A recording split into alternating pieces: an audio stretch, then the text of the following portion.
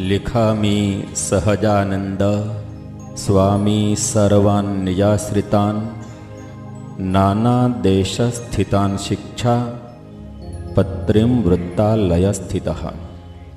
મહારાજ આ શિક્ષાપત્રીમાં બીજા શ્લોકમાં પોતાનો પરિચય આપતા કહે છે,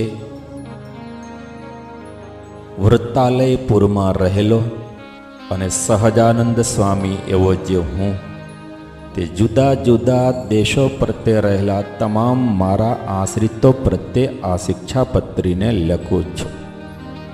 શતાનંદ સ્વામી આ શ્લોકનો અભિપ્રાય નિરૂપણ કરતાં કહે છે કે મહારાજે એમ કહ્યું કે હું વૃત્તાલયપુરમાં રહેલો છું, વડતાલમાં રહીને આ શિક્ષાપત્રી લખું છું. મહારાજે એમ કહેલું નથી કે વૃત્તાલય મારું સ્થાન છે કે વૃત્તાલય મારું ઘર છે, આમ કહેલું નથી. પણ મહારાજે એમ કહ્યું કે હું વૃત્તાલયપુરમાં રહીને આ શિક્ષાપત્રી લખું છું. તેથી શતાનંદ સ્વામી કહે છે, મહારાજ જનોના કલ્યાણને માટે જુદા જુદા દેશોમાં વિચરણ કરે છે. કોઈ એક જ સ્થળમાં મહારાજ લાંબો સમય રહેતા નથી. પણ આ શિક્ષાપત્રી લખી એ દરમિયાન મહારાજ વડતાલપુરમાં રહેલા હતા. એ સિવાય તો મહારાજ દેશ દેશાંતરમાં વિચરણ કરે છે. આ શિક્ષાપત્રી લખી તે સમયે મહારાજ વૃત્તાલયપુરમાં રહેલા હતા. તેથી મહારાજે અહીં વૃત્તાલયપુરનો ઉલ્લેખ કરેલો છે કે વૃત્તાલયપુરની અંદર રહી કરી અને હું આ શિક્ષાપત્રી લખું છું. અને પછી મહારાજે કહ્યું કે વૃત્તાલયપુરમાં રહેલો સહજાનંદ સ્વામી એવો જે હું તે આ શિક્ષાપત્રી લખું છું. શતાનંદ સ્વામી વિવરણ કરતા સમજાવે છે કે આ ગ્રંથ કોણે લખ્યો છે. એ ગ્રંથ કરતાનું પણ વિશેષ જ્ઞાન જો ન હોય, આ ગ્રંથનો લેખક કોણ છે એનું જો જ્ઞાન ન હોય તો આ ગ્રંથને વાંચવા અને સાંભળવામાં બુદ્ધિમાન પુરુષોની પ્રવૃત્તિ થતી નથી. કોઈ બુદ્ધિમાન પુરુષ દુકાનની અંદર કોઈ પુસ્તક ખરીદવા માટે જાય તો પુસ્તક ખરીદ્યાથી પહેલાં એ આ પુસ્તકનો લેખક કોણ છે, આ ગ્રંથનો કર્તા કોણ છે એને પ્રથમ જુએ છે અને ત્યાર પછી જ એ પુસ્તકને ખરીદવામાં પ્રવૃત્તિ થાય છે.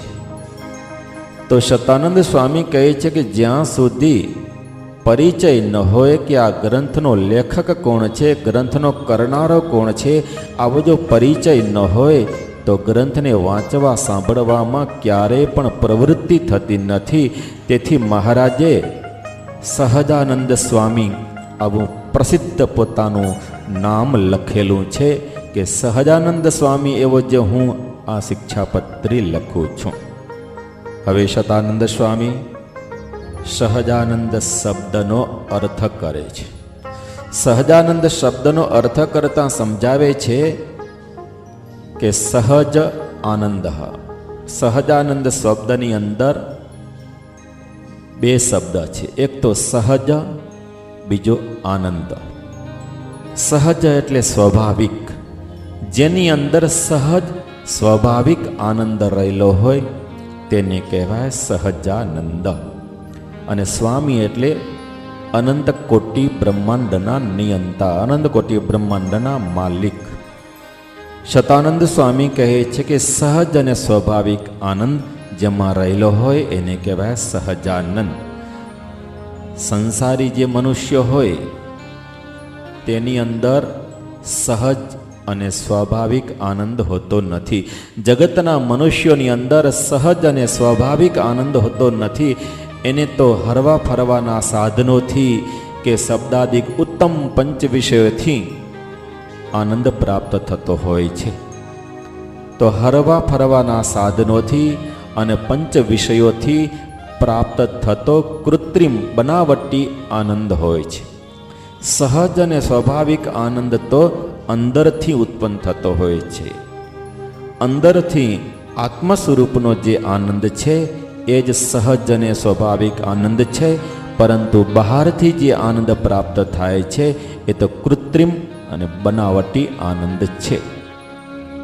તો મહારાજ કહે છે, સતાનંદ સ્વામી કહે છે કે પરમાત્માની અંદર તો પોતાના સ્વરૂપનો સહજ આનંદ રહેલો છે. પોતાના સ્વરૂપનો સહજ આનંદ રહેલો છે, માટે આ શિક્ષાપત્રીની આજ્ઞાઓનું યથાર્થ પાલન કરનારા જે ભક્તો હોય એ ભક્તોને પણ પોતાના સ્વરૂપનો સહજ આનંદ આપવા માટે મહારાજે પોતાના અનેક નામોમાંથી સહજાનંદ આવા પોતાના નામનો ઉલ્લેખ કરેલો છે. મહારાજના નામો તો અનેક છે. સહજાનંદ સ્વામી છે, નારાયણ મુનિ છે, નીલકંઠ વર્ણી છે, ઇત્યાદિક અનેક નામો છે. એ અનેક નામોમાંથી સહજાનંદ સ્વામી આવા નામનો મહારાજે ઉલ્લેખ કરેલો છે.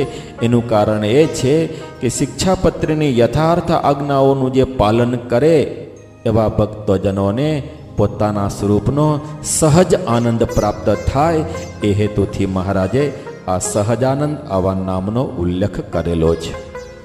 હવે શતાનંદ સ્વામી અહીં વિવરણ કરતાં સમજાવે છે કે મહારાજે એમ કહ્યું કે વૃત્તાલયપુરમાં રહેલો સહજાનંદ સ્વામી એવો જે હું તે મારા આશ્રિતો પ્રત્યે શિક્ષાપત્રી લખું છું. મહારાજે એમ કહેલું નથી કે મારા ભક્તો પ્રત્યે શિક્ષાપત્રી, સર્વે જીવો પ્રત્યે શિક્ષાપત્રી લખું છું, એમ મહારાજે ઉલ્લેખ કરેલો નથી. મહારાજ કહે છે કે હું મારા આશ્રિતો પ્રત્યે શિક્ષાપત્રી લખું છું. તો શતાનંદ સ્વામી કહે છે કે એનો અભિપ્રાય એ છે કે મહારાજે એમ કહ્યું કે હું મારા આશ્રિતો પ્રત્યે શિક્ષાપત્રી લખું છું, તેથી પોતાના આશ્રિતો સિવાય બીજાને આ શિક્ષાપત્રીમાં અધિકાર નથી એમ નહીં. તમામ જીવોને આ શિક્ષાપત્રીમાં અધિકાર છે. મહારાજના આશ્રિત હોય તો ભલે, આશ્રિત ન હોય તો પણ આ શિક્ષાપત્રની અંદર તમામ જીવોને અધિકાર છે. પણ મહારાજે એમ કહ્યું કે મારા આશ્રિતો પ્રત્યે હું શિક્ષાપત્રી લખું છું. એનો અભિપ્રાય એ છે કે શિક્ષાપત્રની અંદર તો માનવ માત્રનો અધિકાર છે, છતાં પણ આ શિક્ષાપત્રીની અંદર રહેલા જે ધર્મો છે તેનો તત્કાળ જ સ્વીકારી લેવામાં પોતાના આશ્રિતોનો મુખ્ય અધિકાર છે અને બીજાનો ગૌણ અધિકાર છે. બીજા સ્વીકારે કે ન સ્વીકારે, પરંતુ પોતાના આશ્રિતોનો તો મુખ્ય અધિકાર છે. શિક્ષાપત્રીમાં રહેલા ધર્મો જે છે તેનો તત્કાળ સ્વીકારી લેવામાં, તેનું પાલન કરવામાં પોતાના આશ્રિતોનો મુખ્ય અધિકાર છે. અને બીજા જે આશ્રિતો ન હોય તેનો પણ અધિકાર છે, પણ ગૌણ અધિકાર છે. એમ જણાવવાને માટે મહારાજે કહેલું છે કે હું મારા આશ્રિતો પ્રત્યે શિક્ષાપત્રી લખું છું. પણ શિક્ષાપત્રી તો સર્વ જીવોને હિતની કરનારી છે, એ આગળ બતાવેલું છે. હવે મહારાજે એમ કહ્યું કે સહજાનંદ સ્વામી એવો જે હું તે જુદા જુદા દેશમાં રહેલા મારા આશ્રિતો પ્રત્યે આ શિક્ષાપત્રી લખું છું. મહારાજે એમ કહેલું નથી કે ગઢપુર કે વડતાલ, અમદાવાદ કે ભુજના હરિભક્તો પ્રત્યે હું આ શિક્ષાપત્રી લખું છું. આવો મહારાજે કોઈ એક દેશનો ઉલ્લેખ કરેલો નથી. મહારાજે તો એમ કહ્યું કે તમામ જુદા જુદા દેશો પ્રત્યે રહેલા મારા આશ્રિતો તે પ્રત્યે હું આ શિક્ષાપત્રી લખું છું. તો શતાનંદ સ્વામી કહે છે કે આમાં મહારાજનો અભિપ્રાય એવો જણાય છે કે ગમે ત્યાં મારા આશ્રિતો રહેલા હોય, દેશમાં હોય કે વિદેશમાં હોય, તમામ મારા આશ્રિતો પ્રત્યે આ શિક્ષાપત્રી હું લખું છું. તો શતાનંદ સ્વામી કહે છે કે મહારાજે એમ કહ્યું કે જુદા જુદા દેશો પ્રત્યે રહેલા મારા આશ્રિતો પ્રત્યે હું શિક્ષાપત્રી લખું છું. તેથી મહારાજના આશ્રિતો અનેક છે, ઘણા છે, અને મહારાજનો પ્રતાપ તો દેશ વિદેશમાં સમુદ્ર પર્યંત વ્યાપીને રહેલો છે એમ જણાય છે. આવો શતાનંદ સ્વામીનો અભિપ્રાય છે. અને વળી આ શિક્ષાપત્રી મહારાજે પોતે જ લખેલી છે, કોઈની પાસે લખાવેલી નથી. એટલા જ માટે મહારાજે કહેલું છે કે હું લખું છું. સહજાનંદ સ્વામી એવો જ હું આ શિક્ષાપત્રીને લખું છું. જેમ વચનામૃત છે એ મહારાજે પોતે લખેલું નથી. મહારાજ પોતે બોલ્યા છે અને સંતોએ લખેલું છે. મહારાજ બોલ્યા છે અને સંતો પાસે લખાવેલ છે. પણ મહારાજ અહીં સ્પષ્ટતા કરે છે કે આ શિક્ષાપત્રી મેં કોઈની પાસે લખાવેલી નથી. મેં જાતે પોતે જ હાથમાં કલમ લીધેલી છે. જાતે હાથમાં કલમ લઈ કરી અને આ શિક્ષાપત્રી મેં લખેલી છે. એની સ્પષ્ટતા માટે મહારાજ કહે છે કે લિખામી સહજાનંદ સ્વામી. હું પોતે જ આ શિક્ષાપત્રી લખું છું. આવો મહારાજે અહીં ઉલ્લેખ કરેલો છે.